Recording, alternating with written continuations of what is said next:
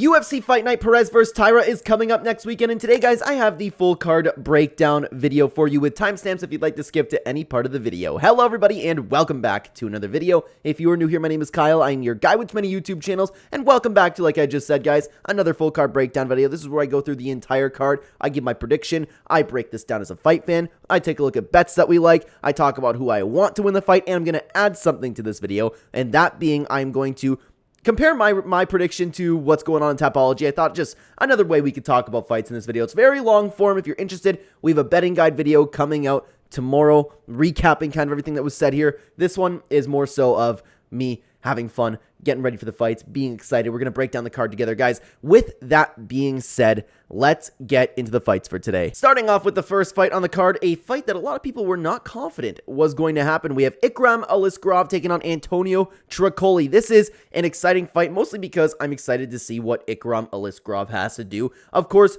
we all know at this point, Ikram Aliskerov, a lot of hype on him. He's a very, very well-rounded fighter with great combat sambo. He does a good job keeping the fight where he wants it to be because, again, he's a well-rounded fighter. But the thing is, and this is why I'm very excited to see him, he is unproven against top talent. He has looked great so far. Don't get me wrong. He's looked absolutely fantastic. But of course, coming to the UFC, he hasn't necessarily beaten anybody of significance over in Eagle FC. But then he got a win on the Contender Series, and he got 2 wins over against Warley Alves and Phil Haas.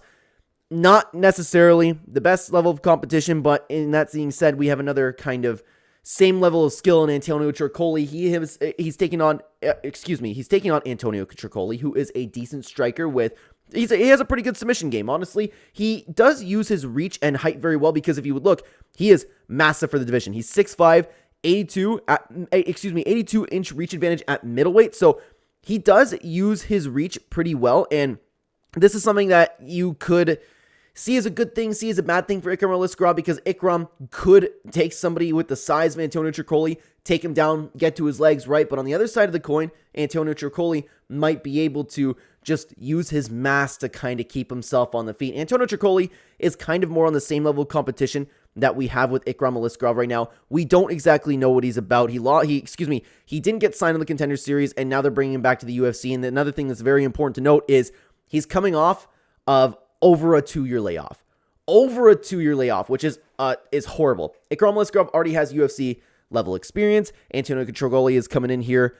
We don't know how he's going to look. He's exiting his prime now. He is a huge, huge guy. So honestly, when you have a size like that, the upset is always there. Plus, like I said, I'm not exactly overly convinced on Ikram Aliskerov right now, but I'm going to pick him to win. He's a very well-rounded fighter. He has looked great so far. Again, I just question how far he's going to go at middleweight. Now, this is the new part of the video, guys. We're going to put my prediction.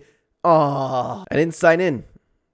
Next week, we will be doing this because I already have all the pages loaded and I would need to sign in on each page. So, sorry about that, guys.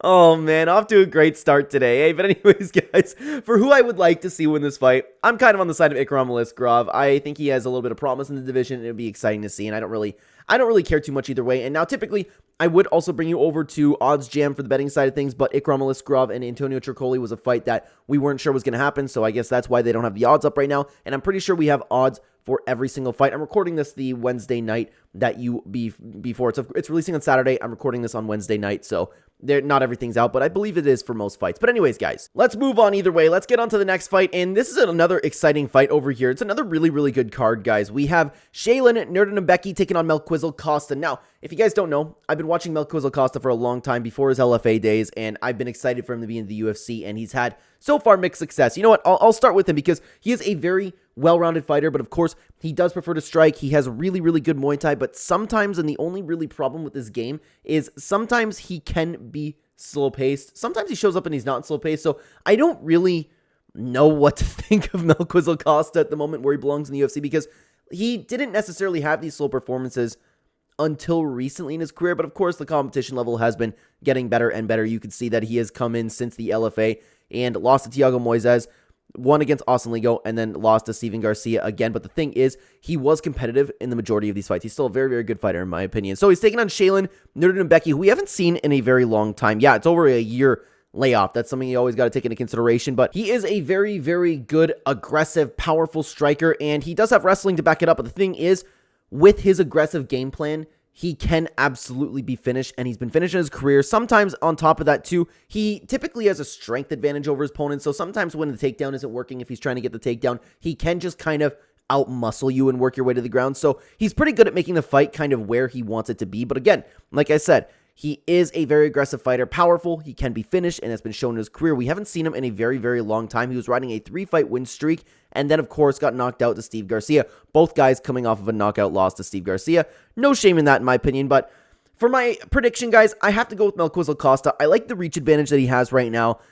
I know that, like, you always have to worry when you have a guy as powerful as Shayilan, right? But for coming in a year off, 30 years old, I know that's still in your prime, but I don't like the idea of coming in after a year off and he hasn't taken on, in my opinion, the competition that Melquizael Costa has come up. I know he's been doing a really, really good job with his kickboxing, Muay Thai. It has been improving, in my opinion. The only problem is, like I said, sometimes Melquizael Costa shows up a little bit low volume, and he can't necessarily do that. But for the most part, he uses his reach to his advantage. He is a very solid striker, and I feel like he'll be able to get around the aggressive style of Shayilan Nuerdanbieke. Let's take a look at what the betting side of things have to say. And if you guys don't know, I like Melquizael Costa. I'm going to cheer for him to win. I've been watching him for a long time, and I would like to see him continuing to get some success over here. Let's take a look at Odds Jam, and you can see that Melquizael Costa is about a minus 200-ish favorite. I think that line is proper, to be honest with you. Definitely not confident enough for me to hit it, but if you're going to bet on it, like, I don't know. I don't hate it, but I'm not going to touch a one myself. But guys, let's keep going on up the card, and honestly, this might be the fight that I am most excited for in the entire card. We have Tagir Ulanbekov taking on Joshua Van, a huge, huge test for Joshua Van. I'm very excited for this fight because there's a lot of questions. I'll start with Joshua Van. He is an incredible boxer with an insane chin, great pressure, and honestly, a lot of people talk about his boxing, but he does have very, very sneaky kicks. All of a sudden, it'll come up, I'm like, oh my god, where did that come from? But he'll walk you forward, he'll pick you apart, and he will make you think about where he is attacking your body. So he does a really good job at, like, attacking the liver, going up to the head, attacking your legs. So you always have to worry about defending different parts of your body, and I love, love, love when fighters do that. He's taking on Tagir Ulanbekov, who is another huge prospect in the division. He trains at Eagle MMA. He is a very, very dangerous grappler with a high pace. Honestly, he's a very all-rounded fighter. He has like I said, he has a really, really high pace. That's something that I'm very excited to see if Joshua Van can match personally. He has great takedowns, very, very sneaky sweeps. He has solid control when he's on top. And honestly, while people are really hyped up about his grappling skills, his striking is very, very underrated as well. I think he has a very strong clinch game. He has a very crisp jab. He is a very, very complete fighter, Tagir Ulanbekov. So the only thing is, so we've seen him in the UFC for a little while now. He's taken on Bruno Silva, Alan Nascimento. His only hiccup was against Tim Elliott, which is honestly a little shocking, but then again, Tim Elliott can show up. He kind of has the Michael Johnson effect where Tim Elliott can give anybody a tough fight and beat anybody on any given day. Then he took on Nate Maness and Cody Durden, which in my opinion are both fantastic performances against great opponents. I'm really high on Cody Durden, and I like Nate Maness a lot, okay? Just 5 months ago and a year ago, so I like the streak that Tagir Ulanbekov is on. I am personally convinced that he definitely belongs with the top of flyweight. Joshua Van, though, I'm not exactly convinced yet. Striking-wise, he's there. He's 22 years old. He can continuously improve. He has looked almost, I don't want to say flawless since he came into the UFC because he had a split decision against Zhalgas Zhumagulov. Kevin Bourquechop was a really good win. And in the Felipe Bunes fight, it took him a little while to get settled in this fight. His timing seemed off, but then again, he took this fight on short notice. So you may give that what you will. I'll give that one a little bit of a pass. But the big question about Joshua Van right now is, like I said, Tagir Ulanbekov, I love the guys that he's taken on. I love it. I love it. He has all the experience already in just 15-2 into the UFC. Joshua Van coming to the UFC. Zhalgas Zhumagulov, okay win. It's good competition. Kevin Bourquechop, good win. Felipe Bunes, I think is a very underrated win. So the competition isn't Tagir Ulanbekov, in my opinion. I'm not saying Joshua Van beat up cans, okay? I'm not saying that at all. I just worry about this next level that he's going up against. We have a huge question in the ground game. Can Joshua Van sit down and explode with his punches and defend the takedowns that Tagir Ulanbekov will bring to him? Because that brings an entirely new element that Joshua Van hasn't faced yet. He might be on the back foot. If he comes up and he wants to put on that heavy, heavy, heavy move forward pressure, Tagir can go and grab his legs. Tagir could also expose him in the striking because he's going to make Joshua Van worry about the takedowns. If Joshua Van was fighting pretty much anybody else in the division right now, I would consider betting on him because I was kind of the opinion Joshua Van, like, okay, this guy's a real deal. He's going to keep pitter-pattering people all the way to probably a ranking. and I was going to kind of ride the train till the wheels fell off, but I don't like this matchup for him because of the questions of the grappling. We just haven't seen it. He can show up, and he can have the best takedown defense in the world. He can get up, he can never relax on the ground, he can always fight his way back up to his feet and out-cardio Tagir Ulanbekov. That's possible. We just haven't seen anything like that yet, so I'm not going to trust Joshua Van as of right now. I'm going to pick Tagir Ulanbekov to win the fight. And guys, honestly, for who I'd like to see win this fight, I kind of want to see Joshua Van win, but I like Tagir Ulanbekov too, man. I'm just really, really excited for this fight. I think out of all the fights in the card, I think this might be the fight that I'm personally most excited for. Something I forgot to mention, though, and I'll bring you to really quick, is Tagir Ulanbekov will have a 5-inch reach advantage, and that matters because he does have a very crisp jab. Joshua Van always kind of moving forward. He can run into a very nice jab, in my opinion. Let's take a look at what the betting side of things have to say over here. You have Joshua Van sitting at a little bit of an underdog. Again, I think this line's proper. Tagir Ulanbekov sitting at about a minus 200 favorite, a little bit less in some spots, but I think it's proper, man. Don't have a lot to talk about with that. I don't know if I want to put my money on this fight. I was considering doing Tagir Ulanbekov. I'll see what the lines are like throughout the week. I'll see. We'll see. Let's keep moving up the card, guys, because we have another very, very exciting fight in Saragih taking on Westin Wilson. And honestly, the excitement's kind of just because of Jeka over here. Westin Wilson isn't exactly the most exciting fighter, so I'll start with Westin Wilson. He is a karate-styled striker who he likes to keep things at bay, and before the UFC, he's done a pretty good job at doing it, and he also has a Brazilian Jiu-Jitsu background. We just haven't necessarily seen a ton of it because from what we've seen so far, he has major durability issues, and he can get hit because he keeps his hands down. He has that karate style. He's taking on Jeka Saragih, who is a very fun striker. He's a powerful striker with really, really good kicks, good elbows, good knees in the clinch, but the big problem is he has one big hole in his game, and that being the ground game. He can be flat out controlled and out wrestled when taken down, and there is a clear path to victory when you take on Jeka Saragih. So when breaking down this fight, it's very simple. Can Westin Wilson take down Jeka? Is it going to happen? Is Westin going to prefer to strike? I don't know. I don't know if he's necessarily going to try because, like I said, he likes to stick around his karate stance. He likes to keep people at bay. But if the fight starts to just remain standing, I feel like Jeka will just pick him apart. I feel like the calf kicks will be there. I feel like the leg kicks will be there. And if he wants to go in, he can really use his power to take on Westin Wilson because Westin, like I said, has durability issues. Since coming into the UFC, he's taken on Joe Anderson Brito and Gene Silva. I understand the opponents are very good, and Gene Silva, we still have a little bit of questions, but Joe Anderson Brito is a very, very proven fighter. To come into the UFC and get these opponents is more, it's putting yourself through the ringer, you know what I mean? But the problem is, Joe Anderson Brito demolished him, and then Gene Silva, he didn't show up. It was one of the most pitiful performances I have ever seen. He just showed that, like, he can't take a punch, and it's been proven. Like, it's horrible. Jeka Saragih should win this fight. There's a clear path to victory for Westin Wilson, that being the takedown. Jeka has been taken down. He can be taken down. But I can't put my money on a guy who is 35 years old, has durability issues, keeps his hands down, is there to get hit against a guy who is as powerful as Jeka Saragih. So I'm going to pick Jeka to win this fight, although there is, like I said, a clear path to victory for Westin Wilson. I just don't think it'll happen personally for who I hope wins the fight, though, guys. I hope Jeka wins, man. I'm just not a fan of Westin Wilson. Nothing against the guy personally, honestly, but I hate saying this, but I don't really believe he belongs into the UFC. And I'm looking at the betting side of things over here, and you can see that, of course, Jeka is sitting at a minus 300, minus 400 favorite in some places. So, again, that makes sense to me. I don't know if it should go much more than that because, like I said, when somebody has a big hole in their ground game, that's something really that's a big problem, especially if you're putting your money in this fight, right? Let's keep moving up the card, though, to actually a pretty interesting fight for the women's division over in strawweight over here. We have Julia Polastri taking on Josefine Knutsson. I believe that these two are a bit of a step up in the competition that we typically see at this weight, and I'm excited to see both of them fight, to be honest with you. There is work to be done, but still, it's a matchup that I am a little bit excited for over here. We have Julia Polastri, who is a high-output striker who will attack all parts of your body, kind of like, actually, I was just talking about Joshua Van. It's not necessarily the same style, but I love when, and you know what, now that I'm talking about it, a lot of fighters are kind of getting away from that, just head, body, you know, like, they need to work on their combinations a little bit more, in my opinion, but she does have BJJ credentials, but honestly, I kind of think she sucks on the ground.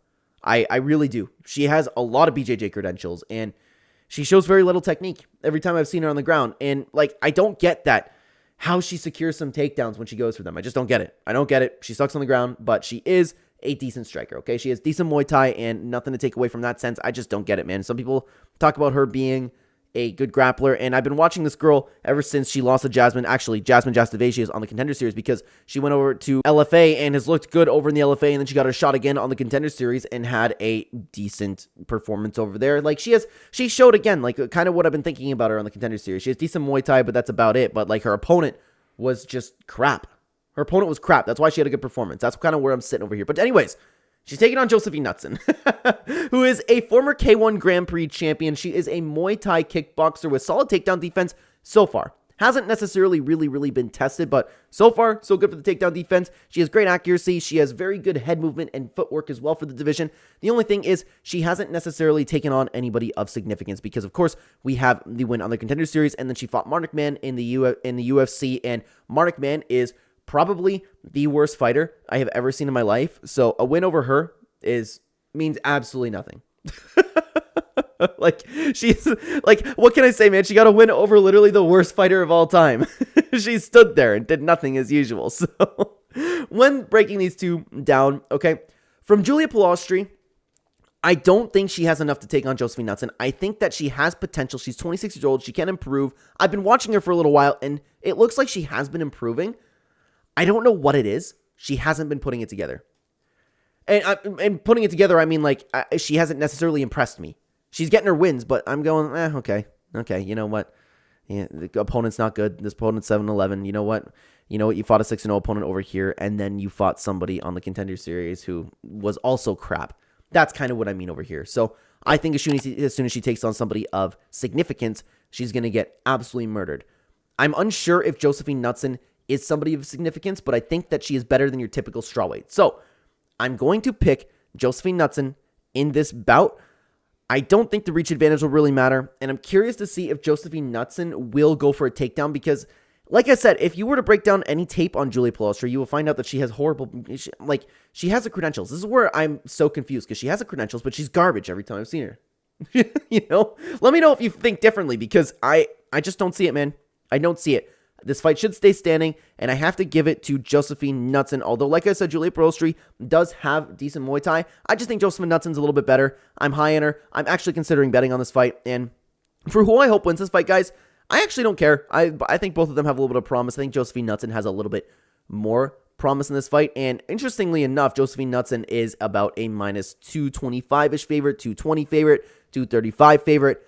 I can see that. Like, again, the odds seem a little bit fair to me. So this is one that I'm actually considering hitting, Josefine Knutsson, because this one's a little bit of gut feeling, man. I think that Josefine Knutsson will get the win over Julia Polastri here. I'm feeling good about that one. Let's keep moving up the card, though, to the next fight, guys. Another fight in the women's division over at flyweight. We have Carli Judiuce versus Gabriela Fernandez, and I've been very excited to see Carli Judiuce fight in the UFC. I know she doesn't have a lot of experience, but I was left so impressed with her after the Contender Series. I'm excited. I'll start with her. This girl has insane heart. Very good cardio, can brawl like crazy, and has technical ability within the brawling. She can use that calculated chaos, I like to call it, of course. Well, I understand that I didn't necessarily come up with that, but you know what I mean. She can brawl, make the fight dirty, and remain technical within that. So, from what we've seen so far, which isn't a lot, this girl appears to be the real deal. And I know that it's a little bit of an issue saying that so early into somebody's career, but I'm feeling good about crispy Carli Judiuce. She's taking on Gabriela Fernandez. This is a very powerful striker, who also has some submissions behind it, but of course, she focuses a lot on her strength. She's very strong for the division. Sometimes she can outmuscle her opponents, and the only thing is, she also can be taken down. People have used her momentum against her in the past. I've been watching Gabriela Fernandez for a long time in the LFA, and she's looked okay in the LFA, but she's taken on horrible opponents. As soon as she came to the UFC, she lost against Jasmine Jasudavicius and lost against Teresa Bleda, and there's nothing else to say about it, man. She finally got to step up in competition and failed. So we kind of understand where Gabriela Fernandez fits into the division right now. I'm not going to lie, guys. I'm feeling good about Carli Judiuce. I'm almost, and I don't know what the betting odds are right now because I always I like to be a little bit surprised when recording these videos. To be honest with you, I find it interesting to see what the betting odds are. But man, I'm feeling good about Carli Judiuce. I'm feeling good about her. I think she's very promising, and she's taking on Gabriela Fernandez, who I don't think she's trash, but she's I'm worried about her being UFC caliber. Carli Judiuce, I think that She, honestly, I think she's UFC caliber because if you guys don't know, I'm extremely high on Ernesta Karakichadi, excuse me. And they had such a good performance here that I loved what I've seen, and this is everything that I needed to see in a fighter for her to necessarily belong in the UFC. So I can't wait for her to make her debut. If you guys don't know, I hope she wins. If you guys haven't figured out, I hope Carli Judiuce gets the win over here because, again, very, very exciting. And I'm not high on Gabriel Fernandez over here, but for my official pick, I'm going to be picking Carli Judiuce. I worry a little bit of the ground game. I worry that Gabriela Fernandez will be able to kind of outmuscle her to the ground and get a couple takedowns because, again, a little bit unproven on Carli Judiuce's side over there. But, man, I love what I've seen. Let's take a look at what the betting odds are over here. Wow, okay. Okay, Carli Judiuce sitting at around a plus 200 underdog.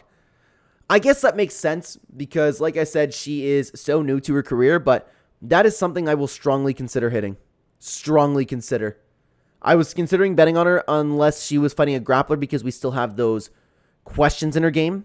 But, man, with these odds, I don't mind it, man. I don't mind it at all. Let's go Carli Judiuce. Let's continue, though, guys. So up the card, we have a very, very close fight, in my opinion. I'm excited to see it. We have Adam Fugit versus Josh Quinlan. I don't know who's going to win this fight.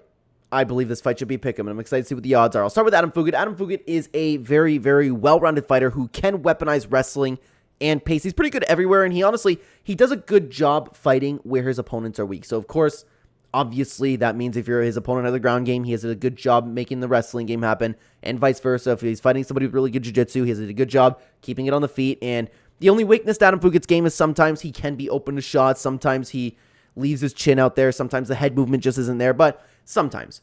He's taking on Josh Quinlan, who, I'm looking at this, guys, and I apologize if this is a little bit of a lack of professionalism on my end. He has the no contest against Logan Urban because, of course, he failed a drug test.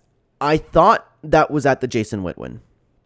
I could be incorrect on that. Tapology's saying otherwise, but I thought that was after the Jason Witwin because I thought he lost 2 fights in a row after that. I could be remembering that inaccurately, so apologies on my end if I am, but Josh Quinlan, like I said, he failed a drug test and he hasn't shown to be the same killer that everybody was excited to see into the UFC. He is a Muay Thai and Brazilian Jiu-Jitsu fighter. Although he has the Brazilian Jiu-Jitsu credentials, we don't see him use it. He definitely prefers to strike, and he has no problem diving into a war, man. Josh Quinlan is a pretty good striker in that sense, but then again, that was pre-failed drug test. He has good power, especially right out of the gate. The only time he really struggles is when he is really outranged, and that was a problem in a couple of his fights recently because, again, he hasn't looked like the same fighter before the drug test against Trey Waters and Danny Barlow. It was night and day, in my opinion. He just wasn't the killer that everybody expected him to be honest with you. So, when these two match up, Adam Fugit's going to have a decent reach advantage. Adam Fugit, the only thing that I worry about is in the welterweight division. He is 35 years old, moving on to 36 years old. He's not some huge killer, Adam Fugit. He's 9-4, like I said. He's a little bit inconsistent. Josh Quinlan really didn't look good in his last 2 fights. So this is honestly why, man, I think it should be a little bit closer to a pick'em fight. I'm definitely not touching this fight with my money. If I had to pick, I would pick Adam Fugit to win this fight because Josh Quinlan, like I said, he looked so bad in these 2 fights. You just couldn't get it going. He got completely outstruck, and just finished by Danny Barlow. Hasn't looked good, and that was only 2 months ago. That was only 2 months ago that he got finished that bad. I thought that fight was longer than that. I'm all over the place with Josh Quinlan, man. But he's coming back after a devastating performance like that. I don't know if he's going to be the same guy. I'm going to pick Adam Fugit to win, although I'm not confident in that one little bit. Not at all. Not at all. I think it should be closer to pick 'em. Let's see what the betting odds have to say. And for who I hope wins the fight, I would like to see Adam Fugit win. I don't like people who fail drug tests. But anyways, see, oh, there we go. Look at me calling things correctly. About to pick 'em. Yeah, definitely stay away from your money with this one, guys. Definitely stay away. If there's an over 1.5 round line, I'm interested to see what that would be. But, man, I would stay away from this one personally. Guys, let's move on to the next fight. And this is a very, very exciting fight, in my opinion. Mostly because, to be honest, I'm excited to see Nate Maness. I love watching Nate Maness fight, man. He's taking on Jimmy Flick. It's going to be a pretty good fight. And long story short, I don't think Jimmy Flick's that good. I'll start with Jimmy Flick, man. He is just your typical grappler with poor striking. He had a pretty long layoff of 3 years, and then he came back and was fairly active in this last year. He lost to Charles Johnson. He lost to Alessandro Costa. Hasn't looked good in any of the fights, and somehow got a win over Malcolm Gordon. Somehow, because, he was getting pounded. Like 10-8 round pounding. And Gordon was just careless and fell into a submission. So this is the story of Jimmy Flick, okay? And this isn't anything new. You know the breakdowns about Jimmy Flick. We all know Jimmy Flick. If you can avoid his submissions, you'll win. He's not the same guy that he once was, okay? He's taking on Nate Maness, who is a pretty well-rounded fighter. He's very exciting. He doesn't really excel anywhere, but he's pretty good everywhere. He has a ton of heart. Something that I do love about this, and what's interesting is because this matchup, Jimmy Flick's going to he's going to try to take Nate Maness down to the ground. I love guys who have defense on the ground like Nate Maness. If he's caught in submissions, or if somebody is using submissions against him, trying to catch him in something, instead of using the proper jiu-jitsu defense, and there's nothing wrong really with using the proper jiu-jitsu defense, absolutely nothing wrong, but I feel like that works better in BJJ, in grappling. This is MMA. He will pound your face to escape, and this is something that he did in his last fight very, very well against Mateusz Mendonca. They went to the ground right away. They had nice scrambled. Mendonca went for a bunch of submissions, and Maness pounded him until he got a knockout. This is something you'll see in Nate Maness's career, and I think it plays very well into the game plan of Jimmy Flick. I love when fighters do that because I think it's such an underrated thing to do. When somebody's throwing up their legs trying to get you in a triangle choke, but they don't have it yet, drop some bombs on them. They're leaving their chin wide open. I know there's fighters that can do it better than that, but I don't understand why people don't do that more. I think the best ground defense is ground and pound. Hard ground and pound. And Nate Maness does that very well. He does it very, very well. So guys, obviously, when these two come up, it's going to be Nate Maness trying to keep it on the feet because he has a huge advantage there. Jimmy Flick, and to be honest with you, I don't even know if Jimmy Flick necessarily has the advantage on the ground. I feel like if they go to the ground, Nate Maness will just flat out be tougher. Jimmy Flick hasn't been the same since he returned. He had poor performances, and even in his win, had a poor performance. And I have no reason to believe that he's going to have a good performance against Nate Maness. Nate Maness is my pick. Nate Maness is one of my confident picks of the entire card. He might be the lock of the card, to be honest with you. I just have no faith in Jimmy Flick right now, man. I like watching Nate Maness. I hope he wins. And let's see what the odds have to say. There we go. Not necessarily worth throwing on anything. Hey, Nate Maness sitting around a -400 favorite, even more at a couple spots. You could see him at -365-ish, but still. I don't know if that's necessarily worth it. But then again, for a fighter who I believe to be a lock, you never know. Nate Maness is going to get the win here, guys. Now, guys, before we get into the main card, I want to put a pause on the video really quick because, of course, as you know, I talk a lot about betting. I've been very involved with the sport a long time. I've done martial arts my entire life, and I've been watching this sport for a very, very long time. So I like to think that I know what I'm talking about when it comes to this. I like to think that I have pretty good reads. So if you are interested in either supporting the channel or seeing where I put my money where my mouth is, if you're interested, because again, I talk a lot about these matchups. If you're interested to see where I am putting my money where my mouth is, either that or just supporting the channel, consider using the channel membership. It's very cheap compared to other channels. You can find it in the pinned comment description down below or right next to the subscribe button. Also, you have an opportunity over here with our sponsorship over at OddsJam. Like I just said, guys, like I've been using, OddsJam is a fantastic tool. I use it to take a look at a bunch of different lines for sports betting, and plus, they also get the lines out as quick as possible, probably quicker than any site, to be honest with you, and they have so many other tools over here, bet trackers, positive EV. You can use so many different things. If you're interested in checking out OddsJam, you can find the link in the pinned comment description down below. You can get a discount over there by using code Clenbat. Thank you very, very much for listening. And again, if you support the channel, that would mean a lot to me. Every single Thursday or Friday before the event, I'll be posting a members-only video explaining my personal bets if you're interested, again, in seeing where I'm putting my money where my mouth is. Thank you very much for listening, guys. Let's move on to the main card. Now, guys, let's keep going up the card to the next fight. We have Lucas Almeida taking on Timmy Kuwamba, and this is an interesting fight because I'm a little bit unsure on where both guys necessarily fit inside the UFC featherweight division. So you have Lucas Almeida, who is a Muay Thai striker with pretty good power, and he has a ground game to back it up. The only problem with Lucas Almeida is sometimes he can be hit a lot. He will come out, he'll try to take your head off. He has a very, very fun and exciting style. He's taking on Timmy Kuwamba, who is an aggressive striker with nice movement,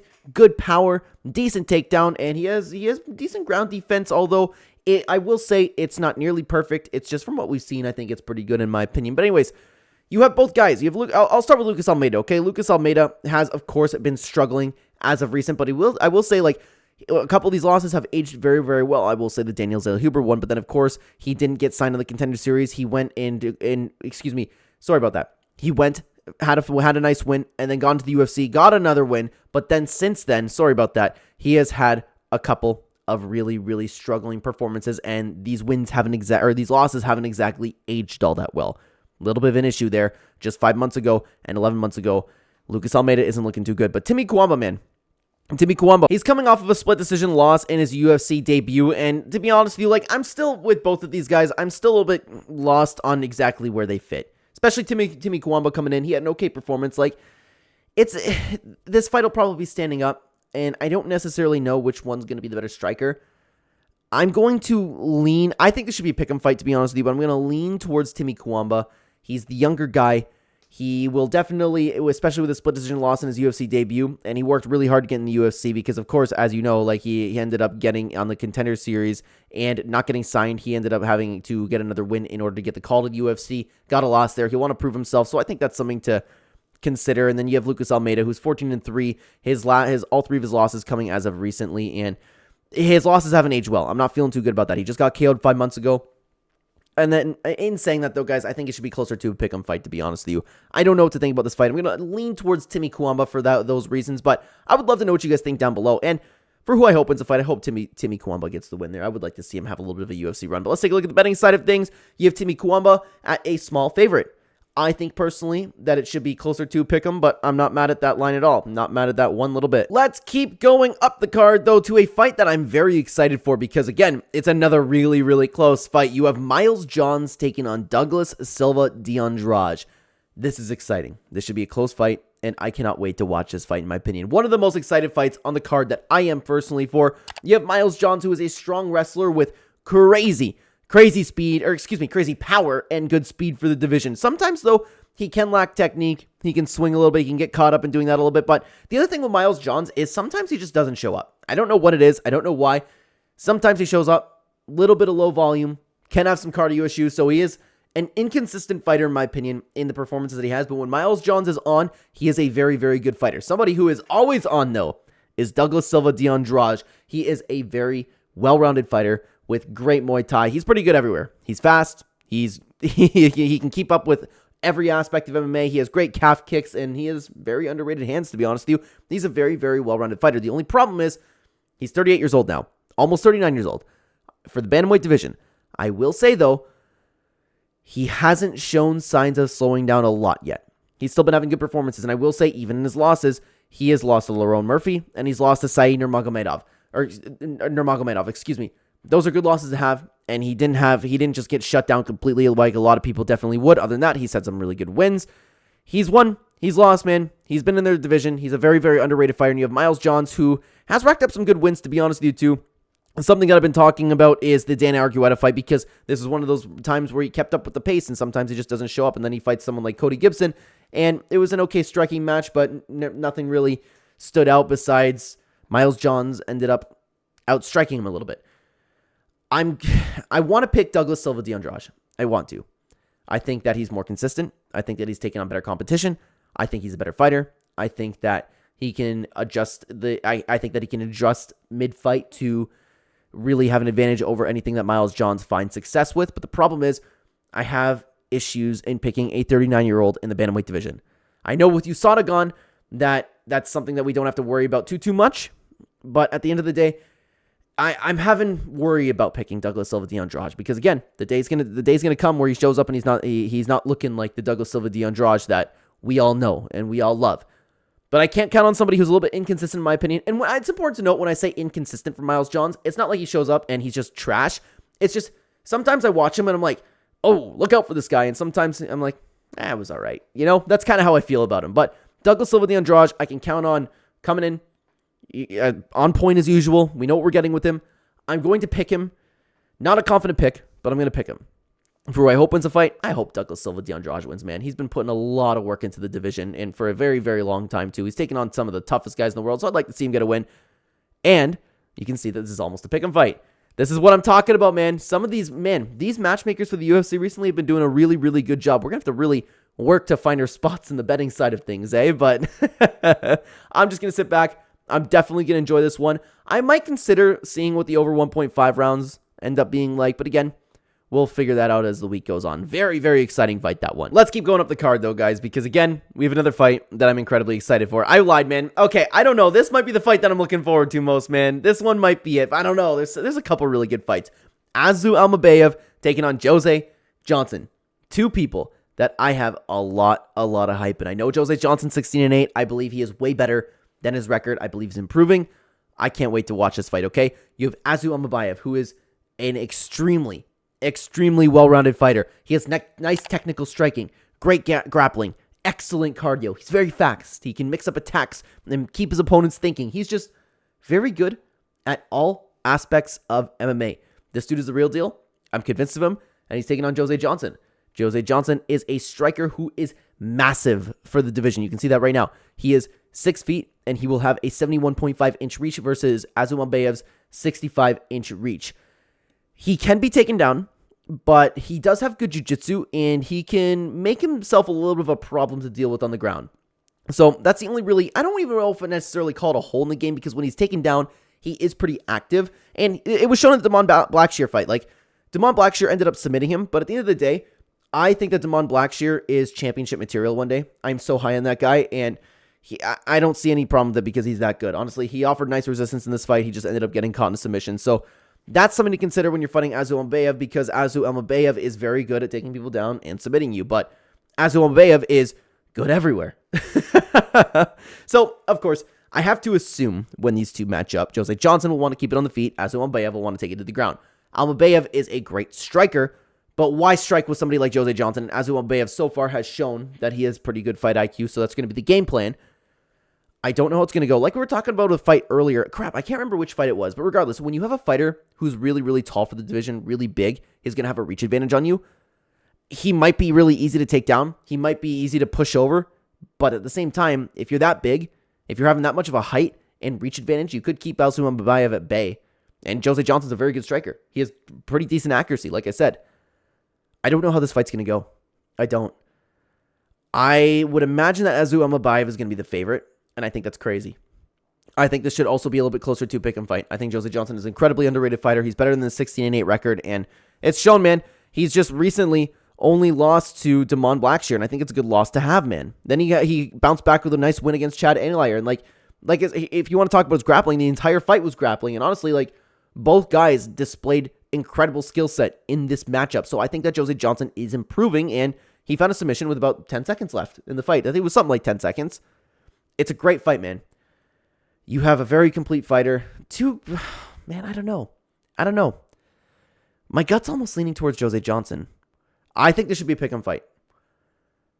If I wasn't making a video, I wouldn't be able to predict this fight. Who do I pick? Am I crazy for picking Jose Johnson? I'm going to do it. I'm going to do it with a 51% level of confidence over here. I'm picking Jose Johnson to win this fight. Let's take a look at the betting side of things for who I hope wins the fight, guys. Honestly, I'm a fan of both guys. I like watching them both fight, and I think they both have huge promise in the division. So it's one of those fights that I have a problem watching one of these guys lose, but taking over on Odds Gym over, you can see that Azoulambiev, like I said, is a significant favorite. I think this is a massive underdog opportunity.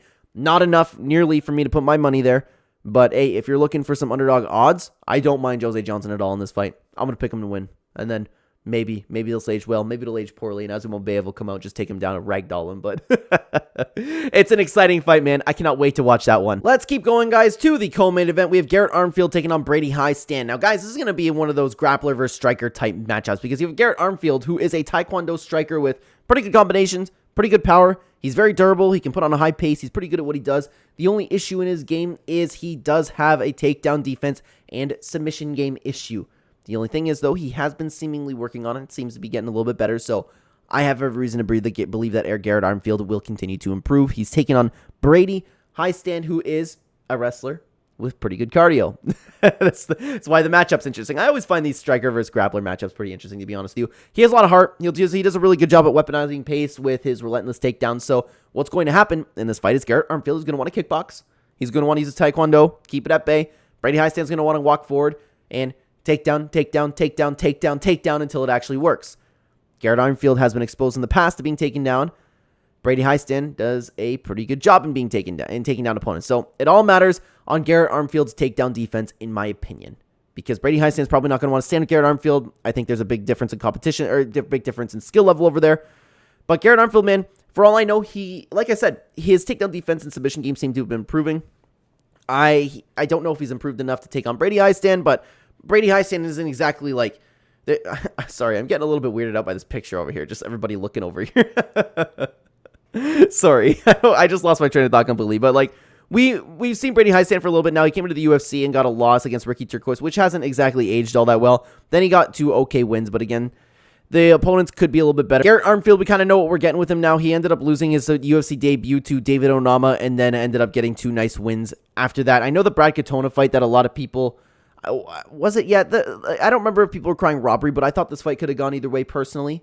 I don't remember if it was that close. I'd have to watch it again. But regardless, I thought that it was a pretty good performance over here. So, like I said, it's another one of those fights that's really, really tough to pick. I will lean towards Garrett Armfield because, I think that he's improving. I like his kickboxing, and I just worry about that whole, takedown defense and submission defense have been a little bit of an issue for him. So, I think that Garrett Armfield will be able to keep him on the outside. I'm not confident in saying that at all. That's going to be my pick. I'm going to pick Garrett Armfield. For who I hope wins, though, guys, I honestly don't really care. I don't really care. And you can see in the odds, you can see that Garrett Armfield is a very, very slight favorite. Again, another really close fight. These matchmakers have been doing such a fantastic job. I'm very excited for this card, guys. I'm incredibly, incredibly excited to see what's going on for this card. So let me know what you think about this fight down below. Now, guys, let's move on to the main event of the evening, and I am incredibly excited for this fight. We have Alex Perez taking on Tatsuro Taira. Alex Perez having some hype behind that dude again. I am excited to watch this guy fight because I'll tell you, Alex Perez, we took a very, very long layoff, and he came back, fought Muhammad Mokaev. He had an okay performance over here, and I think it's that losing to Muhammad Mokaev isn't that bad, but then he came back, and he shocked the world with knocking out Mateus Nicolau. I lost money on this fight. And, man, it was a really good performance. It was a shocking performance. I'm excited to see what Alex Perez can end up doing in the division. He's active again. It's exciting. He seems like he's very motivated, very dedicated. I'll start with Alex Perez. He's a very, very well-rounded fighter with great leg kicks. He has strong wrestling, cardio, a lot of high-level experience. He has struggled against top competition and is only seemingly, I don't know if I want to call it a hole in his game. I don't think I want to call it a hole, but he has been susceptible to submissions in the past, and he's fighting Tatsuro Taira with a grappler with great Brazilian Jiu-Jitsu and great submissions. I will say, though, his striking is very underrated, but he definitely wants to come in. He wants to take his opponents down. He wants to use grappling. The striking defense is decent as well. He's patient. He waits for his moments, and a lot of his moments consist of going for takedowns. When he gets to the ground, the transitions are very, very smooth. He's always looking for submissions. He does a great job of doing so. He's 15-0. He has looked near perfect so far, and he's taken on some really good opponents, in my opinion. Like, take a look at all these since he came into the UFC. Carlos Canonero, CJ Vergara, and I will still sit here and say that I'm high on CJ Vergara, Jesus Aguilar, Edgar Cherez, and Carlos Hernandez. They are all very good wins to have so far, and it seems that Tatsuro Taira is improving every single time that we see him. Here's the thing.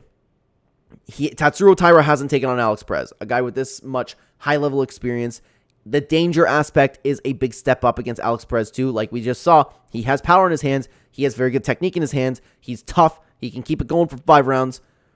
But he has been submitted before, and that's Tatsuro Taira's greatest strength. Another fight that I have no clue who's going to win, guys. I don't, man. I don't. I hope you guys still enjoy watching these videos because I'm just... if you don't know, these videos are more so about me just talking about the fights, how excited I am for them, giving the predictions for the fun of it, because I would watch it. Me personally, I would watch a channel like this. I'll stop for a second. I would watch a channel like this. It's more so of a fan. If you guys are interested, I have a complete betting guide kind of summing up my confident picks and all of that, but for taking a look at the entire card, just there's so many fights in this high-level sport right now. You have the best fighters in the entire world and so much that can go wrong, so many people that can do so many different things, and this is one of them, man. This is why we love the sport that we love. You have a guy like Alex Perez and Tatsuro Taira. There are so many different elements to this fight that could take place, and that's why it's so exciting. That's why it's so amazing for me to sit down and watch as a fan, and for me to sit down and make a confident prediction on this fight, I think it would be bad faith. So I hope you guys understand. I know I've been getting a couple comments over here. They're like, oh my God, you're being wishy-washy with the picks. I understand that. I am. I understand that, but I'm not going to sit here and say I'm confident Alex Perez or Tatsuro Taira. I just feel bad when I go through a lot of the card doing that, you know? So let me know if you enjoy this type of content, but let's get back to the fight, man. Let's get back to the fight. I am not ready to say that I'm convinced of Tatsuro Taira yet. I have to go with Alex Perez. If Tatsuro Taira beats Alex Perez, then I'll be like, okay, Tatsuro Taira is ready for the top of the division. For that reason alone, I'm going to pick Alex Perez, but as a very, very low confident pick, I'm interested to see what the betting odds are. And again, you have another really, really close fight. Tatsuro Taira, a small favorite. I think Alex Perez at dog odds isn't too bad either. I think it's that's okay odds to have. But for who I hope wins, man, I actually hope Alex Perez continues to get the job done. I would like to see that because Tatsuro Taira has a promising future no matter what. Alex Perez finally got some momentum back in his career, and I would like to see him keep that momentum. I think it'd be really cool to see him be champion one day. Guys, let me know what you thought about all of the fights down below. Thank you very, very much for being here. Thank you very, very much for watching. Tomorrow we'll have the official betting guide, but for now, guys, you can check out this video on screen right now. It's popping off right now. It's talking about John Jones being delusional again. I will see you over there, guys, or in the next video. Take care.